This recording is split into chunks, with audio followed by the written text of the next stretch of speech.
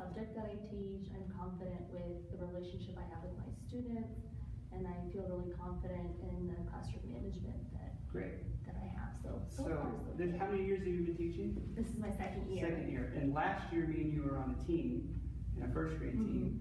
What are some of the things what are some growths since first grade, since your first year in first grade? This is your second year in first grade. What are some of the growths that you think that you accumulated these year and a half? So I think like the biggest thing that I've gained this year is the ability to look beyond just the standard for that unit. I can look at a standard or a skill that needs to be taught in that unit and see the bigger picture, like how it's going to impact them down the road, how it's going to impact them in second grade. So now that I've gone through a full year of first grade, I can now, it's not just taking it day by day, it's I'm going to teach them this skill in this way because later on it's going to come back and I'll be able to expand on it. Right. So that's the biggest thing. And then I think that I've always been able to, build really good relationships with my students, but now it's, the other huge gain is teaching them the why of life. Like, why do we learn these things? Why am I teaching you vowels? Why am I teaching you how to edit? Why am I teaching you about choosing a topic or how to read like a writer? Right, you talked about relationships with students, like, just kind of talk to me about, the importance of those relationships, or how do you even obtain those meaningful relationships with students?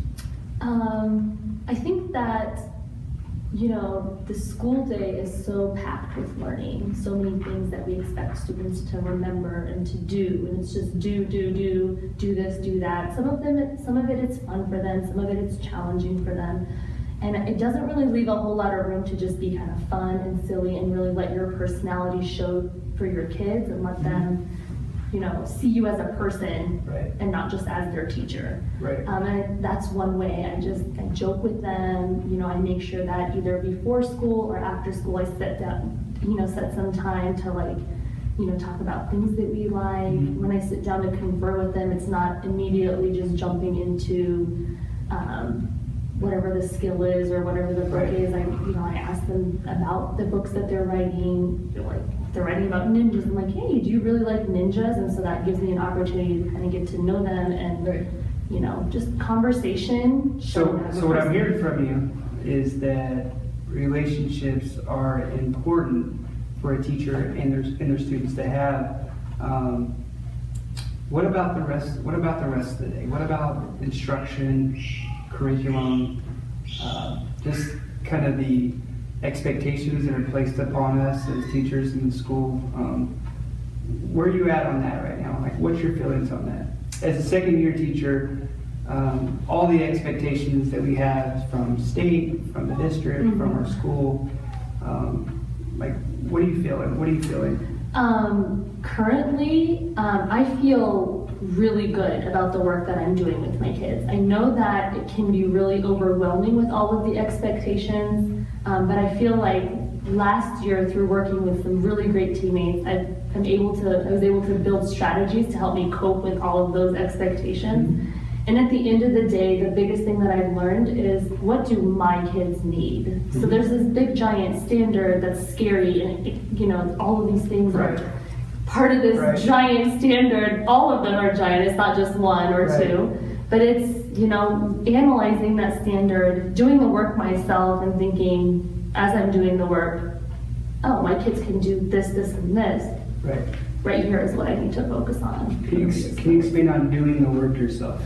So like when I'm planning a lesson and, if it's skill standard, whatever it is, I think about, I go through that process myself. So if it's a reading skill, if it's looking at the character's actions, or, looking at the character's how the character's feeling, I go through that process. Well, what in the book tells me that the character is how they're feeling? Is it the words? Is it the setting? Is it, and I kind of jot some of those things down. And then I think about, well, where would my students struggle with some of these? So it not only gives me teaching ideas on how to teach them to identify feeling. I haven't done that yet, but that's just kind of like, some of the work I've been looking into, or just an example. But it allows me to kind of look and see, these are some teaching strategies I have, and how would they struggle? Like when I teach them, this is how you do it, what would be some struggles that they would have? And so that kind of allows me to expand on my strategies. Right. So you're doing all this work in the classroom, you're doing all this, what you call your work, the work before. How important is professional development to you as a teacher? How important is continuous learning, continuous improvement? Do you feel like you're at a point right now where you got it? Are you feeling overwhelmed with all the information? Or are you in a spot where you feel like you have a lot to learn, or continuous learning? Really, does the learning ever stop for anyone? I don't think it does. Last year I had an opportunity to go to lots of different PDs, and it was a lot of information, and at the time I didn't really understand the standards and understand why is that important to my kids, why I'm teaching it. I was kind of going day by day. So last year I would say that it was pretty overwhelming to go to all those PDs. But luckily, the knowledge that I gained from them this year, now that I feel a bit more confident and I know why my kids need these skills, I'm able to use what I learn in PD to benefit me and not to overwhelm me. The parts that are overwhelming, I kind of like set aside and just take what I learned in that PD bit by bit. Like recently I went to Kate Roberts and learning about demo pages and anchor charts and how to use that stuff. So, I mean, it was really valuable. I mean, she discussed a lot of basically that work that you do yourself is then what you use to create those tools for your kids. So that, I mean, last year if I would have heard that, I would have been like, what do you mean there's two different types of anchor charts? I just throw everything on an anchor chart and blast it on the wall. But now I'm like, okay, I get it. Not everything has to be an anchor chart. If it's not valuable to them, if it's, again, that why piece, like why am I making this anchor chart? Is this gonna value them, or am I just trying to test out my artistic abilities? So what I'm hearing is you're pretty flexible. If you see something that happens at a professional development, or you see something that's happening in other teachers' classroom, it's good stuff. What I'm hearing, what you're saying is you don't have any problem switching it up. Nope. Even though it may not be your idea. No. I love taking other people's ideas. I know I took a lot from you last year. So exciting for you this year. You're a building level leader. Yes. Which is, for a second year teacher, that shows that administration has a lot of what would be the word? A lot of respect for you as a teacher, but then also a lot of faith in you as a teacher, because it's an important position not only for your grade level but for the whole school. Why do you think that you were chosen for that position, being a second year teacher? Well, I don't think that I'm a great teacher. I don't think that I have all these wonderful ideas. I actually have little to zero ideas of my own at times, but I think that the reason I was chosen is because of my flexibility, my willingness to try new things, my ability to get things done. I'm pretty organized, I don't make excuses, I just do it, and then I feel like I can do that in a really respectful way too to other people. So I think that that's part of the reason I was chosen, and just the hard work that I put into everything that I do. I think that maybe those are some of the reasons that they chose me as BLT. It is a big position for my second year as teaching, but even though I don't have all the ideas, I know where to go. I'm not afraid to ask questions. I'm not afraid to mess up. And so this year, being a building team leader, how do you feel about having to report back to your team level or your grade level with news or expectations or directions that that might bother others? I think that, I mean, it took me, I would say a couple weeks to really work up the courage to, you know, as a second year teacher, be like, hey, we need to do this, this, and this, or Right. let's plan this.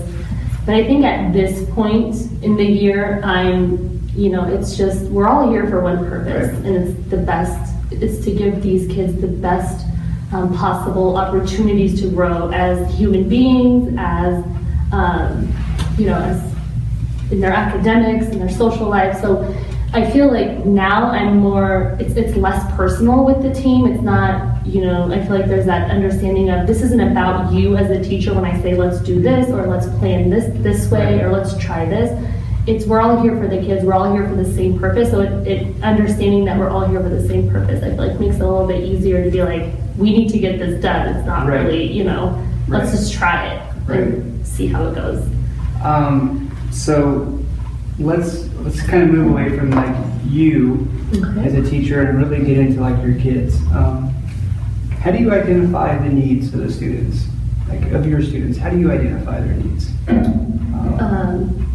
What do they need to meet, you know, the standards that we have here at the school as far as learning standards? But you know, how do you even see the needs as far as social, emotional development as well? Like, how do you find those needs? Just being aware in my classroom, you know, looking, just watching my students interact with each other, watching my students interact with other adults, listening to the conversations they carry on with each other, whether it's at recess or at lunch, or if it's an academic conversation through a turn and talk. Right. And really seeing, you know, what do they need? Can they carry on conversations? Do Right. they have topics to talk Right. about? Do they know how to make friends? Right. You know, do they know what, you know, those social norms are for friendship? Right. And, or what a healthy, appropriate friendship Right. is, you know, Right. like all of those All important things. things. Just through observation, Mhm. talking to them, listening to them. And I know that can be overwhelming at times with everything else going Right. on to also pay attention to that. But I feel like, you know, getting them socially and emotionally prepared is so valuable. When they don't have those Right. concerns of, I don't have friends, or no one wants to talk to me, or no one wants to work with me, then it's like their main focus is academics when they're at school. Right. I feel like when they have those outside concerns and they're not being met and they're being ignored and neglected, then it's like Right. they almost see no point. They don't understand the big picture yet. They don't understand college and why Right. we do what we do. Right. They're 6, so it's like you have to be there for them. Questions in our conversation. I can tell that you're a very confident teacher, and I can tell that there's been so much growth since when we worked with each other.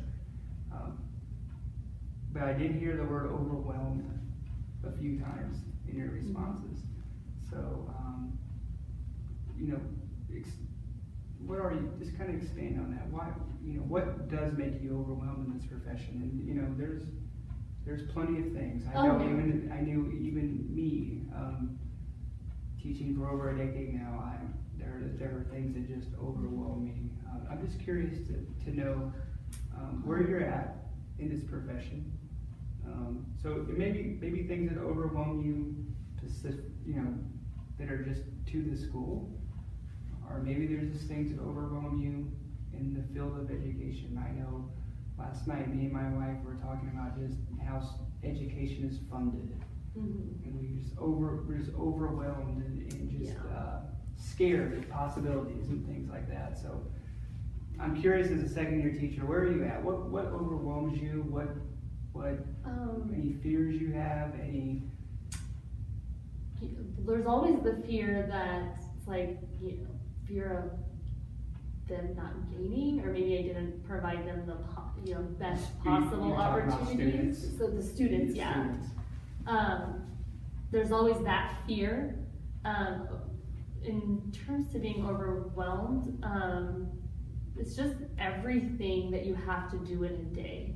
Right. I mean, it is the most, I don't want to say the most, I guess I haven't been in too many other professions, but it is There's a lot that you have to juggle in a day. It's almost like you're their parent, you're their guardian, it's like there's the social stuff you have to teach them, the emotional stuff you have to teach them, the norms of life, then all the academics, and it's like making sure that you're always being the very best role model of, that they can look up to for their future. I think that can be... Right, we're always being watched by the students. We're always being watched by students, by our peers, by our superiors, and I think that just juggling everything can be overwhelming. So far, I've been able to manage everything, but who's to say that's going to be the case a couple months down the road? But there's always a lot. It's never ending. It's not a job you don't take home. Right. I think it's a way of life. I don't call this a job, I don't call it a career. I think teaching is a way of life. You're constantly, you can't help go to the store, see something and be like, oh, my kids would love this, or they're your kids. Right. And so then just all of those pieces together can very easily get overwhelming for someone, for me.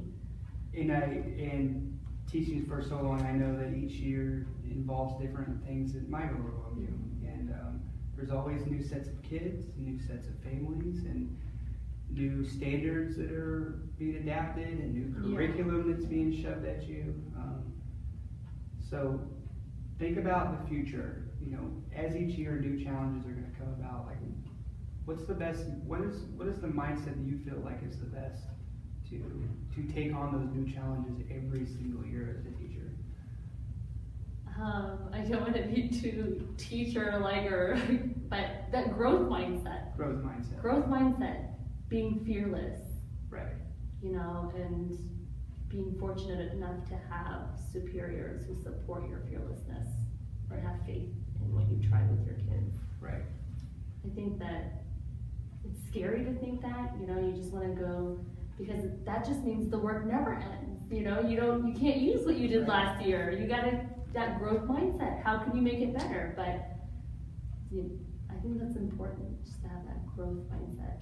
I'm just going to try it. If it fails, see if I can make it better or try something new. I think that's really helped me be successful, even though I'm a second-year teacher. Staying positive. Right. Yeah. So-and-so is wiggling on the carpet, and it makes you feel a little crazy sometimes, but it's okay. Right. You're going to teach them that that's not okay. That's not a norm for you to wiggle around when someone's talking to you, or when there's a speaker, when you're in a group setting. Mm-hmm. That's what I mean when I say the why. That example just popped in my head. Like a lot of times as teachers, we're just like, stop talking or stop doing this. That's like, why? Because it's not normal. Imagine him wiggling around in the movie theaters, or if there's a big concert, or you're listening to a book at the library, and or you're in a meeting as an adult. Right. If I just started wiggling around in front of my principal, that would be super weird. That's not normal. That's not the norm for life. So it's not just being demanding as a teacher, like do this, I have this set of things to get done, you're making it difficult. No, I'm trying to help you. Right. So, yeah, just having a growth mindset. That's the best way. I am wiggling now. What happens though when you're working with other staff members that maybe don't share that growth mindset? How do you navigate through those waters? I think that is probably one of the most overwhelming things about this profession. Is there's such a huge push to work as a team. It's so important to work as a team, but then it's like everybody has their own personality and their own mindset. It may not be growth. Right. Maybe stuck in their own way. I think that the only way you can push through the wire is to continue to try and push your teammates in a positive way. Mm-hmm. Maybe sharing strategies and trying things and just remaining positive around them. Right. not feeding into maybe negativity or, you know, not feeding into that sense of, oh, this is an overwhelming job. Maybe staying more positive. I think that that's the best way to tread through those waters. Right. I want to be stuck in my way. Right. How important do you think that is? Yeah, I agree. Positivity, the growth mindset, is an important tool to navigate through those overwhelming times of working with others who may not feel that way. How important do you feel that staying focused on the school's vision, staying focused on the school goals, promoting those goals, promoting those visions, how important do you think that is as a teacher and working with other teachers? Because we've all been in those situations where administration has gave us an expectation or has gave us, told us to teach a certain curriculum, and we go off into our rooms and we have we have thoughts about these new directives, and they may not be the most positive. How important do you feel it is to keep a positive mind on these directions with other staff members? I think that school pride, I call that school pride. Right. It's so important. When you have pride in this group, in the community that you teach, the community that you work in, right, makes all the difference, because it internally, without even realizing it, when you have so much pride and so much belief, and even if you don't completely agree with it, but just trying it, internally you want their success, which then externally means you're going to do anything you want, anything that you possibly can to help them be successful, because that's my school, those are my kids. I teach first grade, but I want fifth grade. I can't wait to see their map scores and see how they did. It's everyone. It's everyone together. And expectations in schools differ. There might be schools that don't have nearly the expectations that this school here does. But I think as a teacher, you have to understand that schools are positioned in different communities, and different communities have different needs. And so if a group of intelligent people got together and set some expectations for this community, it was through observations. I'm going to trust that it was through their observations. I'm going to trust that it's what they feel is best for this community. So even though it may not be the same as the previous school I was at, well, that was in a different community. So it's like the expectations change depending on the community. And I think that even if you don't agree, as a professional, you need to have that trust of, hey, I think that they, put some thought into it. It wasn't just, let me see how much I can overrule my teachers this year. Right. So you have trust. I have trust. I trust my superiors very much.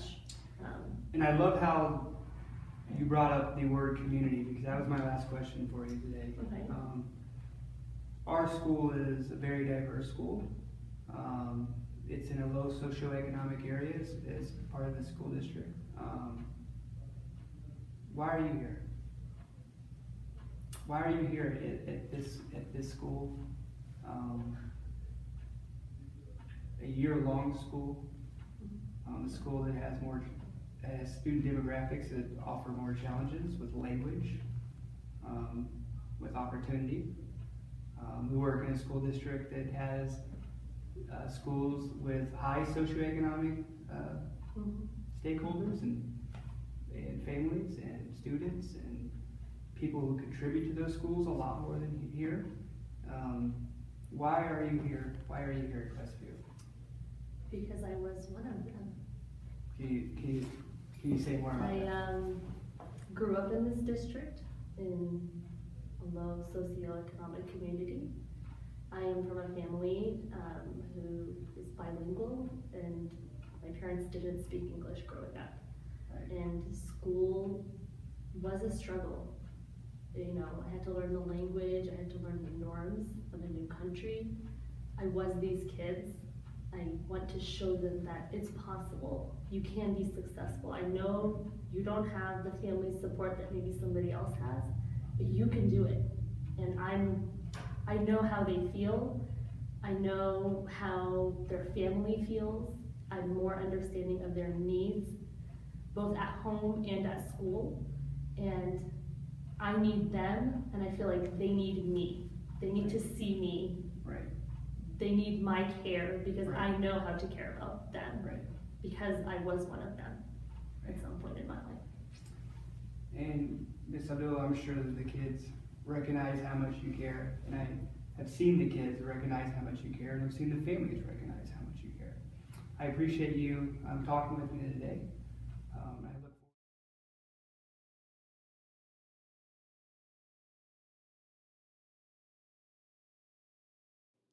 My first impressions of Miss Abdullah was that she is patient, caring, and has a kind personality. She has the ability to develop a relationship with her students and understand their backgrounds and cultures. She's dedicated to learning and is dedicated to continuous improvement. Miss Abdullah works to engage students in the classroom and has a willingness to receive and implement feedback from her teaching peers and her supervisors. Miss Abdullah understands that being a great teacher is a constant struggle, but there's always room to improve, and is willing to do whatever it takes for her students.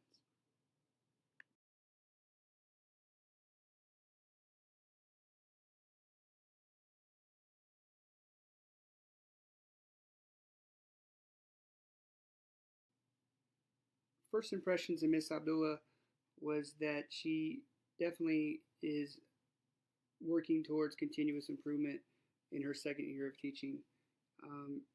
She mentioned that she needs to be a fearless teacher and have a growth mindset, always asking herself how she can be better.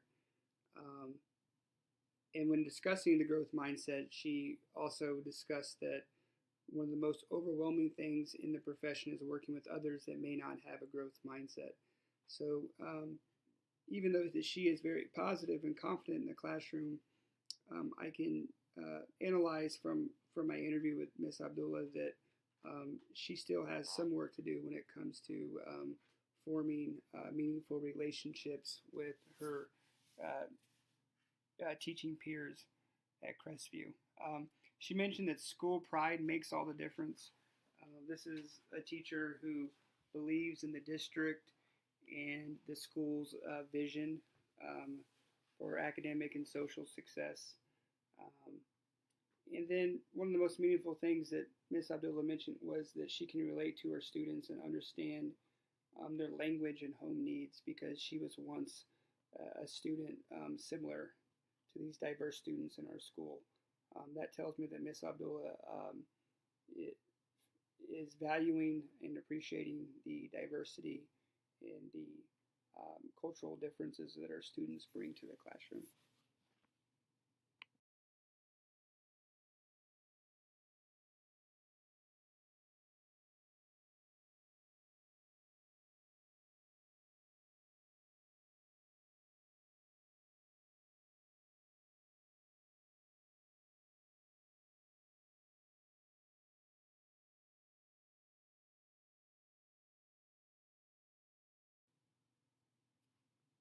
Stages of adult learning. Miss Abdullah falls on stage 3 of the cognitive development continuum as she realizes her struggles in the classroom and is open to being flexible and taking risks. Miss Abdullah believes that feedback from her peers and her supervisors is an important tool in continuous improvement. Miss Abdullah falls in the middle of the conceptual development continuum as she is able to reflect on her lesson and work to implement teaching strategies that reach all of her diverse students. Miss Abdullah believes that forming unique and meaningful relationships with her students is key to academic and social success for her students. Miss Abdullah is considered to be on the autonomous side on the ego continuum. She feels that she belongs in the school community and has much to offer to her students, and she is confident in the school and district vision. Miss Abdullah is at the post-conventional side of the continuum for moral development. She has an understanding and appreciation for her students' backgrounds. She feels responsible for the well-being of her students academically and socially.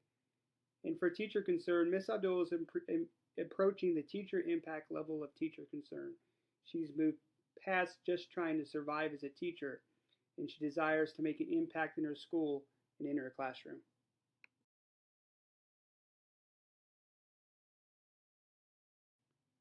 I believe that Miss Abdullah would benefit from the directive informational model.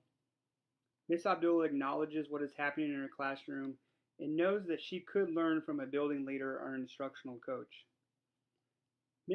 When I interviewed Miss Abdullah, I felt that she knew her students' needs in the classroom, but was sometimes confused on how to identify the teaching strategies, instructional models, or resources to use.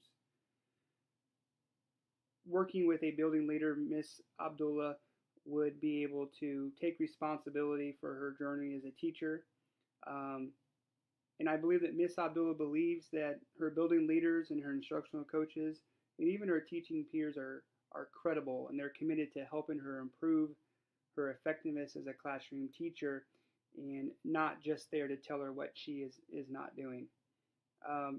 Miss Abdullah's building leaders will need to be flexible in leading her towards meeting the school's goals as well as her personal goals in the teaching profession. I feel that this is going to create a positive experience for Miss Abdullah and lead her towards continuous improvement in teaching her students in her classroom.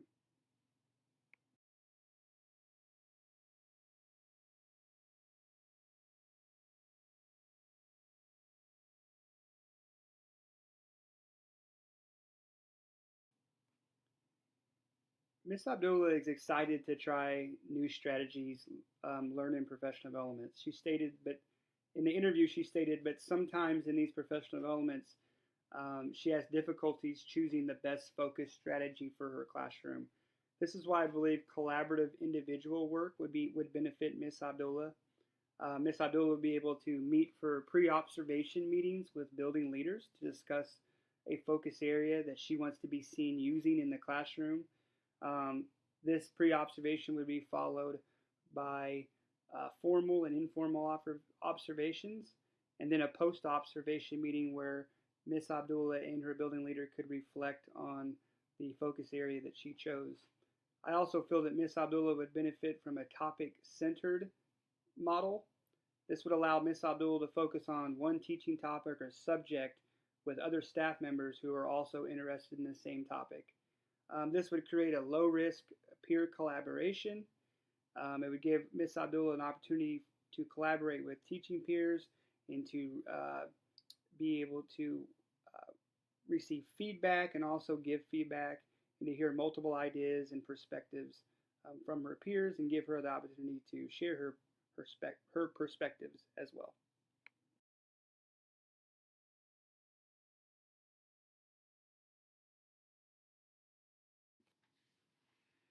During the pre-conference, I will discuss the chosen teacher goals that have been created by the district for beginning teachers with Miss Abdullah.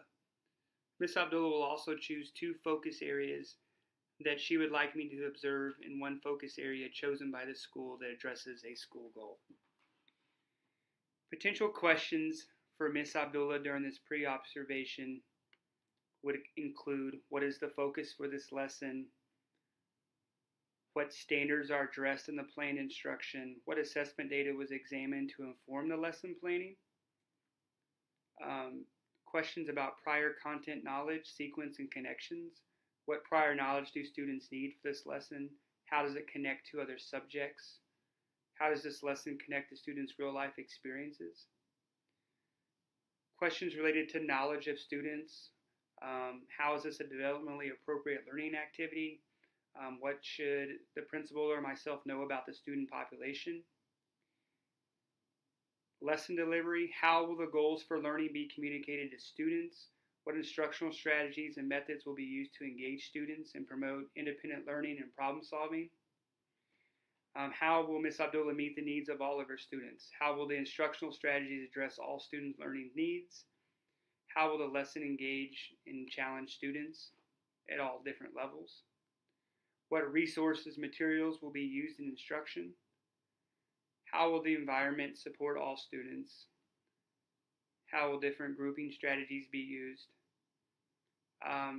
In regards to assessment, how will she check for understanding during the lesson?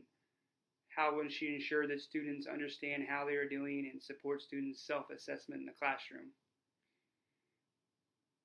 Collaboration and communication questions. In what ways does she seek perspective of others when planning for this lesson?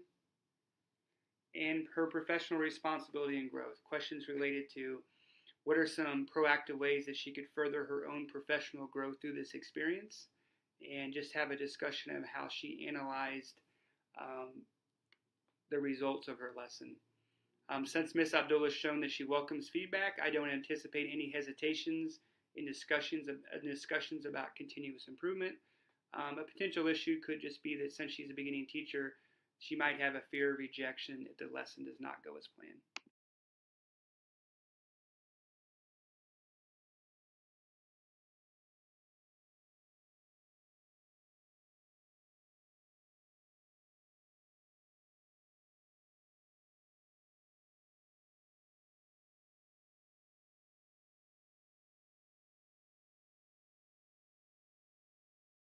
Today, as the new principal here at the school, I just want to meet with the teachers and kind of get to know you better. So can you tell me about your teaching experience and where you're at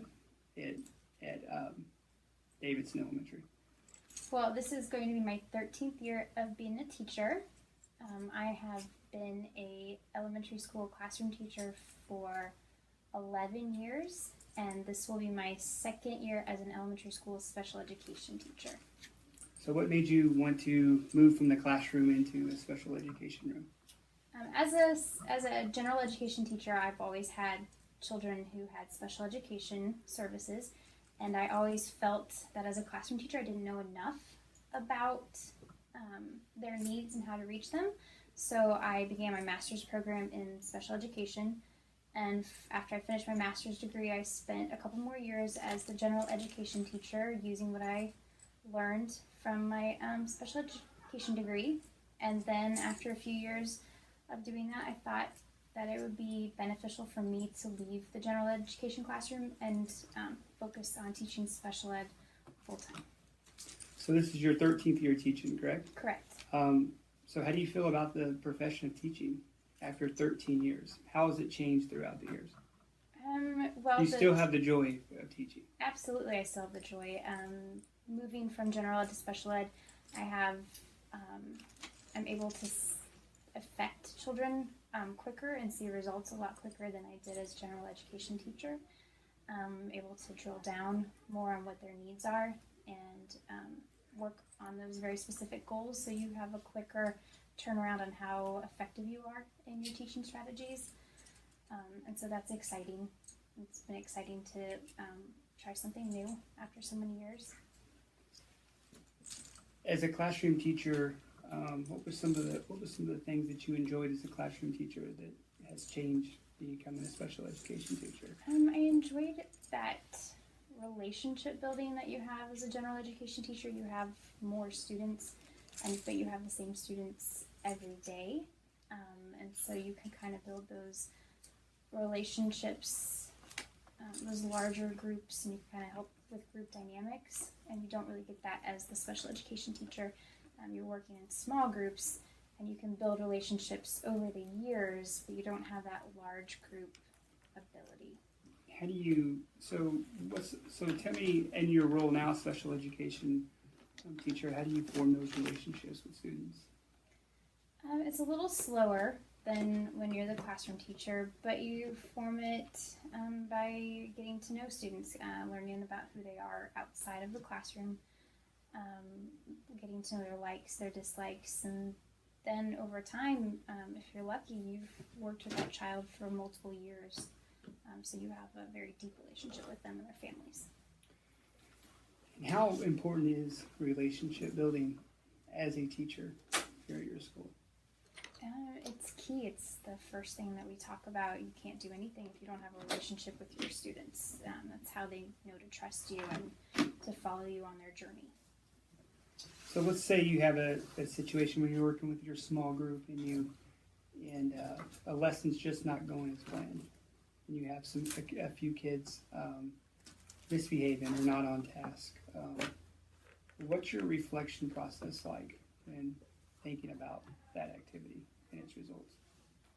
My first question is looking at, is what I'm asking them to do appropriate? Am I tailoring it to their very specific needs? Since special education, it's all about individualizing. So did I do that for this group? Looking at, what was happening that day. Many of the children I work with don't have just academic needs, they also have emotional behavioral needs. So did I meet those needs? Do I need to come back in with a lesson on that, like us working on, is there a behavior or skill that they're missing?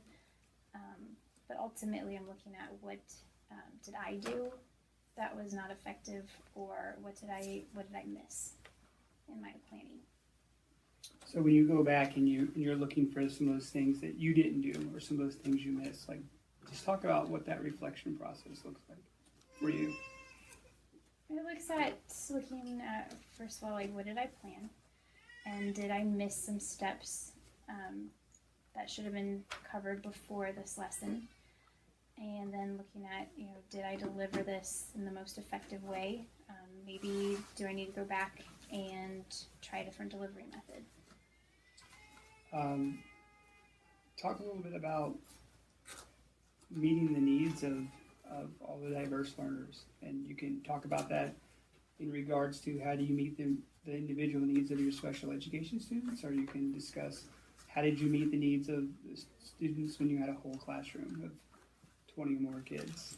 Well, when you're the special education teacher, it's easier to meet the individual needs because you have their IEP, their individualized education plan, that you create as a team with parents and the student, hopefully, and you've tailored very specifically to what that child needs based on evaluations, based on observations. And so you're able to really tailor that way, and it's easier as a special ed teacher, but as a general education teacher, that takes more time to meet with your individual needs. As a general education teacher, you're looking at not only your students that also have IEPs, but our ELL learners. Then you're looking at student personalities, like what are these students interested in? So you're wanting to build those relationships so that you can understand who your students are, so that you can individualize. You're also going to look at, after the beginning of the year, you're going to start looking at data. Okay, what skills do this student have? What skills is the student missing? So that you can further tailor lessons and for those students in your classroom. So it sounds like you have a pretty solid idea of how to meet the needs of learners in a large group and in a small group. So it sounds like you have a strong foundation in meeting the needs of diverse learners in a large group and in a small group setting. Tell me about your approach working with younger teachers or beginning teachers who might look at you as a veteran teacher as a resource. How do you go about helping them? Are you reluctant to help them? Can you talk about that process? When I began as a general education teacher, I was in a situation where I was just kind of thrown in, and I didn't have mentors set up. They just didn't have those resources available for me, and so it was very hard. It was a very sink or swim situation. So what helped me at that time was teaming up with the other teacher on my grade level who was also a beginning teacher, and so the two of us working together kind of found our way. As a veteran teacher, having experienced that, I am absolutely open to helping, but I also don't want to overstep or push my ideas on someone else who's starting their journey and needs that space and that grace to find their own way. But so as a veteran teacher with all this experience, do you feel that it's necessary to get your thoughts and ideas across? Is that very important to you? No, it's not the most important. It's being a good listener first, and then sharing any tips or experiences I might have around that issue in a way that's not pushing my beliefs onto someone who might have a different philosophy than I do. Explain to me your experiences with collaborating with other teachers. What does that look like? What did that look like when you were a classroom teacher? What does that look like now? What do you consider meaningful, deep collaboration? Can you just go ahead and expand on that? Well, as a special education teacher, collaboration is huge. There's a team of us that work together on one student, so we have to collaborate together and look at a student in multiple ways. What are their physical therapy needs? What are their speech language therapy needs? What does the general education teacher need? So it's not just talking and saying what you're going to do. It's listening and saying what do all of us have expertise? What can I do to help you with this student be successful? So it's that collaboration is more organic and it's more student-centered. As a general education teacher, collaborating with others could be challenging at times. Especially if you had different philosophies, but it also could be very rewarding, coming together, collaborating on discussing like different ideas on lesson planning, bringing different viewpoints on an activity or a lesson, also bring different viewpoints when you're sharing about problems you might be having in the classroom, getting that collaboration. So it looked like some of it was very formal, like we planned, we're going to collaborate at this planning time, and then others were more informal, like I'm going to come into your room during our common planning time, or I'm going to meet with you after school and we're just going to sit together and we're going to do lesson planning together. Right. So you've been teaching for 13 years, so I know that you have lots of strengths as a teacher, and I've had the opportunity to work with you and get to see many strengths. Reflecting on your own teaching, what are some strengths you think that you bring to a school community and learning environment? I bring a lot of my experience. I have very diverse experience and I've worked in many different roles. My ability to look at a student's individual needs. I have very highly specialized skills as a special education teacher when it comes to instructional needs for students that are struggling.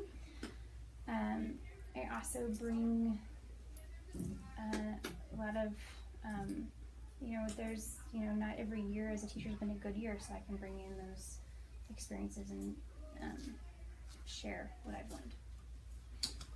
My next question was going to be what are some areas of continuous improvement? But before that, you talked about some years not being good years. What overwhelms you in this profession, if anything overwhelms you right now? Do you feel overwhelmed sometimes? Yes, absolutely. Sometimes it can be very overwhelming as a teacher when there's a constant change. If you work in a school situation where, halfway through the year, teachers have to leave, we add new programs in, not a lot of discussion about beforehand, just kind of being thrown different activities can be very difficult and overwhelming. Those sorts of things, I come back to being a special ed teacher, it's very important to be very organized and very planned, and so it can be very off-putting to just have things being kind of chaotic and up in the air, and that makes things very difficult as a teacher. What about anything involving kids, families, or peers, staff, teaching peers? Do you ever feel overwhelmed in those areas? Absolutely. Many times, when you work with a peer who has a very different philosophy on how to discipline in their classroom management, that can be very upsetting, especially if you feel like what they're doing is not appropriate, and how to address that, and how to create a situation where you're being respectful but also making sure that the students are being treated appropriately. And how have you navigated that? A lot of times sharing what I'm doing, sharing what my struggles are, and then sharing how I overcame that struggle with a student, being willing to share resources that I have regarding different management philosophies. Talking with the teacher, privately about, hey, your student came to me and was upset about this. I just thought maybe you should know. Here are some things that have worked for me in this situation.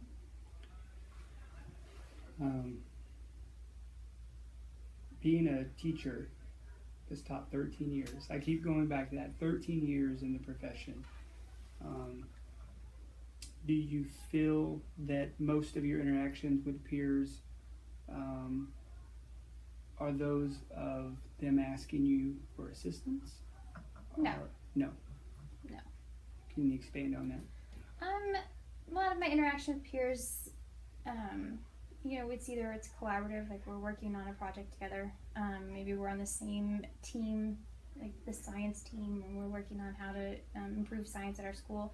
Some are casual, we're eating lunch and we're just sharing stories about our lives. So I would say that those are more common collaborations than just peers coming up to me and asking for help. I would say though, as a special ed teacher, that's different now, because people do come to me with more specific questions regarding, I feel that the student is not succeeding. Do you think maybe there's a special education concern here? So what are some strategies I can use in my classroom that you use in your in special wanting education? to know strategies, wanting to know what's the process of getting children identified. Those sorts of areas is what I see now as a teacher. So what are some things that you're continuing to improve upon in your teaching right now? One is what's a focus area right now? Because like I said, you have all, I've stated already, you have all this experience. I know you probably have a focus right now, like a focus area. Like where are you at right now to try to improve your instruction or your relationship with students? Well, my big focus right now is truly individualizing all of my lessons for students. As a special education teacher in a large school with a lot of students, I can't just teach one child all day long. So I have to work in small groups, but it's important not to just have a lesson plan for the small group, but to have a plan for each student in that group and then tailor my lesson for each child. And that's very hard, coming from being the general education teacher who could do a whole group lesson and then a small group lesson, and then those individual lessons were given to the special ed teacher. So now that's me, and I have to truly individualize. So really making sure that I'm doing that. Another thing is a special education teacher, another focus is just getting that paperwork, making sure everything is done appropriately, and truly collaborating with parents, like really bringing them into this, because it is a team. It is a team that works on the students, but bringing in what's important to the parent, what do they need help in, what do they feel is best for their child, because they know their child the best. So really honoring that and respecting it. And I'm glad you brought up parents, because I wanted to ask you, Davidson is a diverse school with a diverse demographic of families and kids. What's your thoughts on the area and the students and families that you serve? We serve a very diverse population. We have, I think, about 14 different languages represented here at Davidson.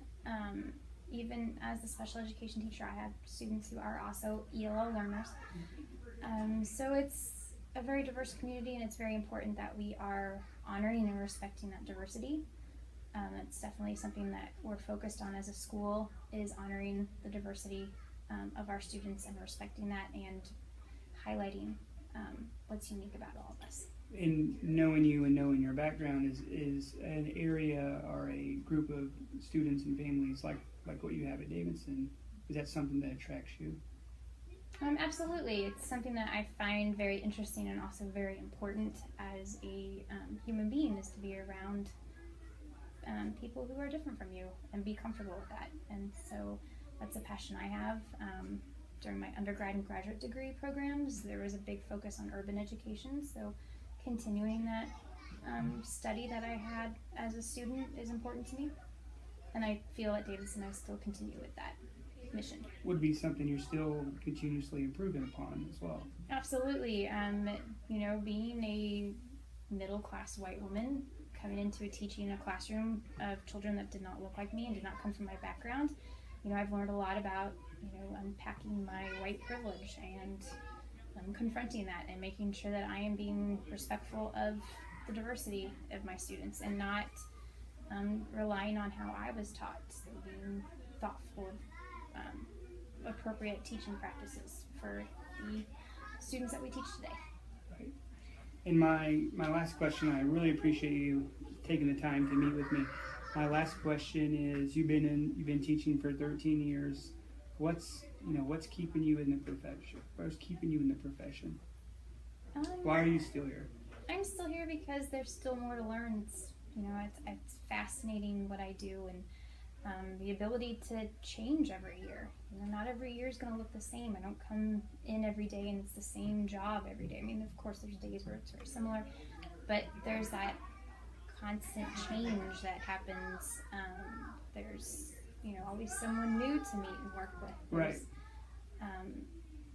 It's a very positive job. You get to impact people in a positive way, and that's a great place to be at every day. So, what would you tell beginning teachers as they enter the profession? Like, what would be some words of advice that you would give them? I would say to avoid that burnout, that teacher burnout that sometimes we see. I would say a big one is to forgive yourself. You're going to make a lot of mistakes. Learn from them. Don't continue them, but learn from them. But also be willing to forgive yourself and apologize. Don't be afraid to apologize to your students. And be vulnerable.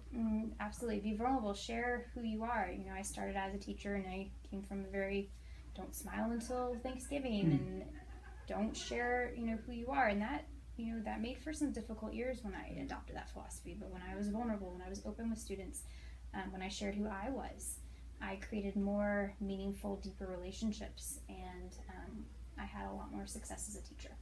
Right. And so that's what I would share with my colleagues.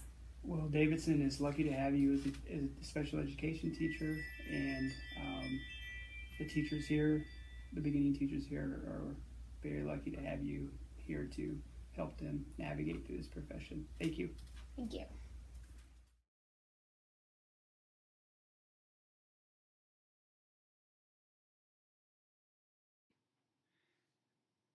My first impressions of Miss Reeder is that she's a highly confident teacher that has taught for 13 years. She has experienced many different instructional models in her years teaching and is flexible and adaptive to change. Miss Reeder is a veteran teacher, but she's open to feedback and suggestions that help her effectiveness as a teacher. Miss Reeder seems to be a reflective practitioner that utilizes reflections every day in her lesson planning and instruction of her students. Miss Reeder seems to have the desire to continue to improve her instruction in the classroom. And after meeting with Miss Reeder, I got a strong sense that she's an advocate for special education students and their families. She stated that it's important to form meaningful relationships with their students and families. And she stated that it was important as a SPED teacher to collaborate with classroom teachers to meet the needs of her SPED students.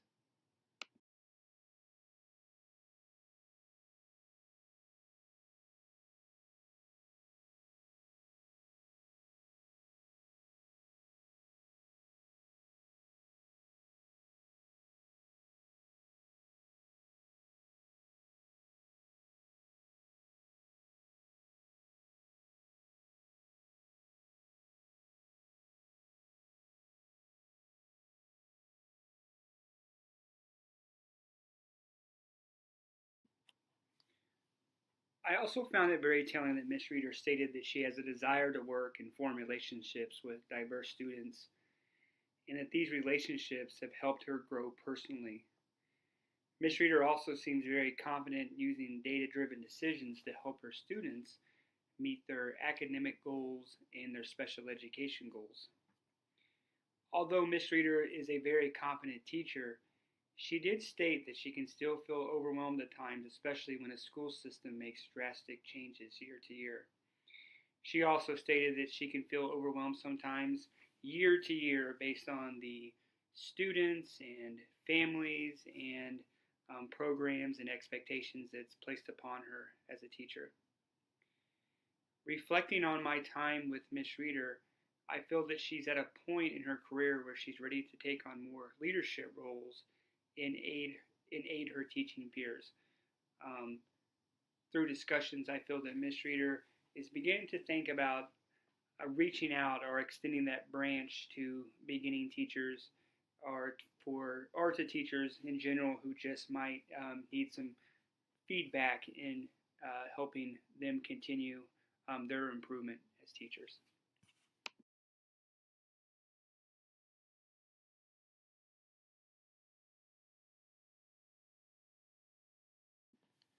Stages of adult learning. Miss Reeder falls in the high stage 4 of cognitive development. She's open and excited to continue working on developing different learning strategies and instructional models for her SPED student. She strives for success with all of her students and holds high expectations and rigor in her classroom. Miss Reeder falls on the high part of the conceptual development continuum, as Miss Reeder believes in the power of forming meaningful relationships with students and families. She sees how data and collaboration can be used to improve instruction. She sees how constructive feedback can be used to improve her lessons or make them more engaging for her SPED students. Miss Reeder falls on the high part of the ego development continuum. She's considered to be autonomous on the ego continuum. She feels that her experiences and educational knowledge can be used to help others. Miss Reeder falls on the high moral development continuum. She's at the post-conventional side of the continuum. She believes that the diversity of her students and families should be appreciated. And teacher concern is high for Miss Reeder. She believes that teaching is a positive profession and that she can be a guide for new teachers. She is in the later adulthood stage of her career where she's willing to lend her experience to new teachers. I believe that Miss Reeder would benefit from a non-directive supervision model. In this model, Miss Reeder would have the ability to think and act on her own regarding curriculum and instruction decisions. She would still work to reach the district and state and special education goals that she has for her students, but she would have the ability to act on her own regarding the type of curriculum instruction and engagement opportunities for the students. A non-directive supervision model would allow Ms. Reeder to make the best instructional decisions for her students. And I believe that the non-directive supervision model is best for Ms. Reeder because she's functioning at high developmental levels. And she's excited to learn about new, innovative strategies and new ways of engaging her SPED students. And I believe that through the non-directive supervision model, she'll be able to try these innovative strategies out in her classroom and share that out with her teaching peers. And I believe that the non-directive supervision model will work for Ms. Reeder because I believe that she's the type of teacher that can balance the autonomy in her classroom with the district and school goals.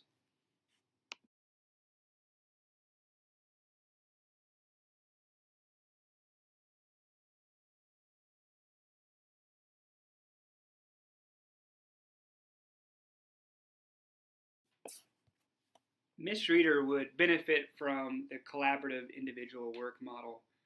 I can see Ms. Reeder being able to examine a topic and collaborating with her principal or myself. Ms. Reeder, I believe, would probably choose a special education topic that she can delve in a little bit deeper with her supervisor.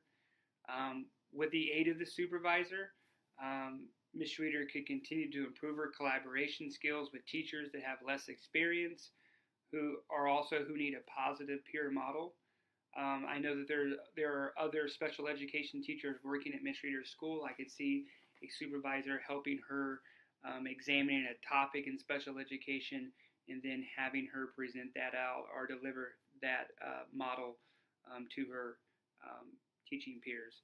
I also believe that a school-based group model would work for Ms. Reeder. This would give her the opportunity to share her knowledge in special education or even in her classroom instruction by focusing on teaching topics that are shared by the whole staff. In the interview, Ms. Reeder stated that a lot of teachers in the school have questions regarding special education. This will give Ms. Reeder the opportunity to model effective teaching strategies and allow her to educate staff on issues related to SPED.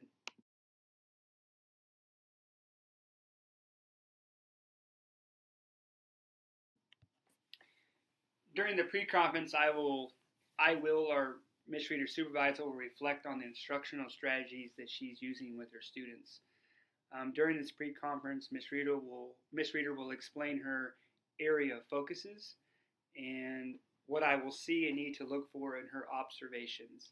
I do not feel that there's a lot of potential issues regarding Ms. Reeder because during the interview she's shown that she welcomes feedback. I don't anticipate any hesitations in discussions about her continuous improvement. Since Ms. Reeder is a competent teacher and she's been teaching for 13 years and she's had experiences in evaluation models, a potential issue might be Ms. Reeder showing vulnerability in the pre-observation conference. I don't anticipate that, but that could be a potential issue. Using different domains, focus for learning, assessment data, prior content knowledge, knowledge of students, lesson delivery, meeting the needs of all of our students, resources, classroom management, assessment of learning, collaboration, communication, professional growth. Using those domains, I will form questions for Ms. Reeder. Examples of some of those questions would be, what are the standards addressed in the plan instruction? What is the focus for the lesson? What assessment data was examined to inform the lesson planning? How did Ms. Reeder use the pre-assessment data to indicate? How did she use the pre-assessment data to identify student learning needs? What prior knowledge do the students need in this lesson? What are the connections to previous and future learning? How does this lesson connect to other subjects? How does this lesson connect to students' real-life experiences?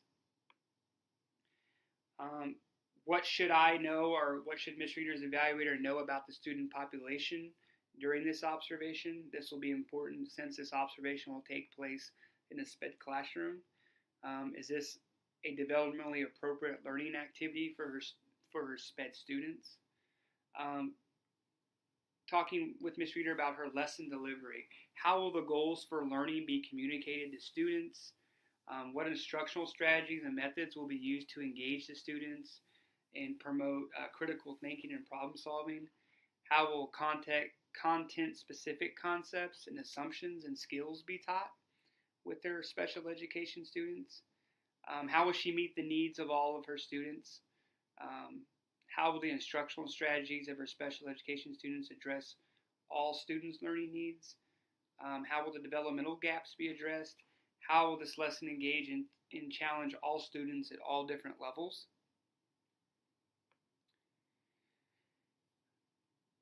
This observation will take place in Ms. Reeder's special education room, so there'll be questions I will ask her about the classroom environment. How will the environment support all students? How will different grouping strategies be used? How will safety in the classroom be ensured? How will respect for all be modeled and taught, especially in our small groups? What resources will Ms. Reeder use? What resource materials will be used for instruction? How will technology be integrated into lesson delivery? I know at her school technology is being pushed into classrooms, so how will she use that in her lesson delivery? In the pre-conference, I will ask questions about the assessment of student learning. How will she check for understanding during the lesson? Is there an opportunity for Ms. Reeder to support student self-assessment? How will she use her assessment data to inform her next steps? And what specific products or demonstrations will assess student learning achievement and the goals for her instruction? I will talk with Ms. Reeder about collaboration and communication. How does she cooperate with colleagues to form this lesson? What perspectives from others did she receive? And then professional responsibility and growth. How did she apply knowledge from this lesson? And what are some proactive ways that she can further her professional growth from this lesson?